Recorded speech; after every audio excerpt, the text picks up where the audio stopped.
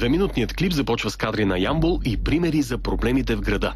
Трябват радикални решения. И тук се появява главният герой, кандидатът за втори кметски мандат, който визуализира постиженията си.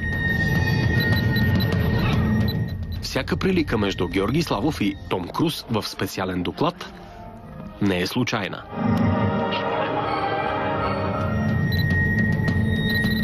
А общото между Железния човек и ямболския кандидат е очевидно.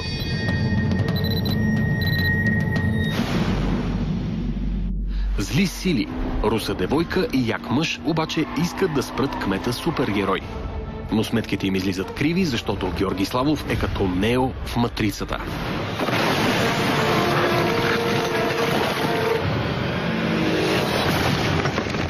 Клипът стана интернет хит само за ден, но всъщност е създаден през 2011 за кампанията на Георги Славов. Той беше направен, за да покаже момента, в който мнозинството в Общинския съвет, които бяха твърдо против мен като кмет на ГЕРБ, успяха в рамките на година да блокират всичките големи инфраструктурни проекти на града. И затова е с такава концепция на добрия и лошите.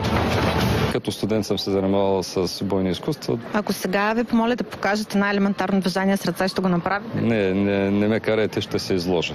Това е труден спорт. До сега клипът е гледан над 8000 пъти, но още е далеч от успеха на рапъра Дръжето, който през 2006 записа легендарната композиция «Ямбол е града».